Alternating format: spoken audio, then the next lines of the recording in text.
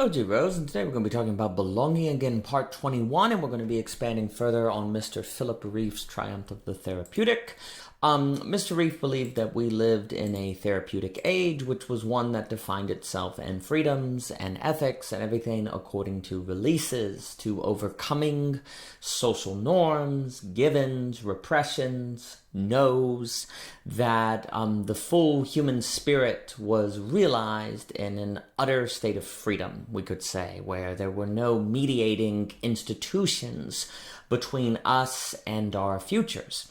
It's not by chance that we live in a world today where institutions are failing, where people don't have direction, where there is no set course for what defines the quote-unquote good life, which of course is a radical increase of freedom and has a lot of benefits to it, but it also can lead to a lot of social upheaval or social collapse or an erosion of the binding principles of the society. Mr. Rieff saw this coming. This is what he believed was inevitable in a therapeutic age. He critically wants to define and note that we come to believe that true happiness and well-being is found in overcoming repressions and overcoming givens. Well, basically that means that we're going to find the meaning of life in tearing down institutions and tearing down givens and social orders and communal bonds. What Philip Rieff saw was a world that defined greatness in terms of overcoming repressions and tearing down givens. Well, for Mr. Rieff, he wasn't so sure if this was the kind of greatness that we would be happy about. It would lead to a world. The book has earlier suggested that givens make it possible for Bonhoeffers and Hitlers, that you need social givens in order to have meaningful character. But Mr. Rieff would suggest here that a society that praises subversion to overcoming is a world where Stalins and Hitlers are more than possible, is what he says. And that because in a society that's only possible form of greatness is transgressive, then Stalins and Hitlers and people who are very deconstructive in tearing down the social order and replacing it with something new, they're more than possible. He may not agree, Mr. Rieff may not agree that if we lose the possibility for Bonhoeffer, we also lose the possibility for Hitler.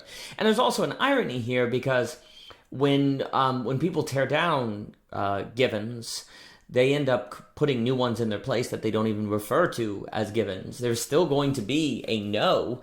There's still going to be power. But the problem is, it won't even be recognized as power. It won't even be recognized as a no, and it won't even be recognized as a given. And thus, you're going to have a lot of pathologies. You're going to have a lot of totalitarian power and totalization. So if you don't have a society that consciously accepts the need for givens and quote-unquote no's, your society is still going to end up having them, but you're not going to own them as no's, and thus they're going to be harder to establish. And ultimately what's going to happen is they're going to be established by the ruling class and the powers that be, without people realizing it, and without people even being able to recognize that they're being controlled, precisely because the language and role of power has been supposedly overcome. And so Mr. Rieff was very concerned that we seem to be entering into a world where anything uniquely unalterable, anything uniquely firm to us, brought us horror. Because he saw that would be an age of, and that would be the therapeutic age, where the greatness would be defined in terms of transgression. And a world of complete transgression is a world where the social order will fall apart. And as it falls apart, the appeal, a strong man is basically inevitable. A strong man will rise to prominence to reestablish the social bonds. And this brings to mind Edmund Burke, who warned about this in the Revolution. His writings on the French Revolution, he basically predicted the rise of a Napoleon. And Mr. Philip Rieff would seem to have a similar train of thought. So for Mr. Rieff, greatness in this context is going to end up being a force of destruction.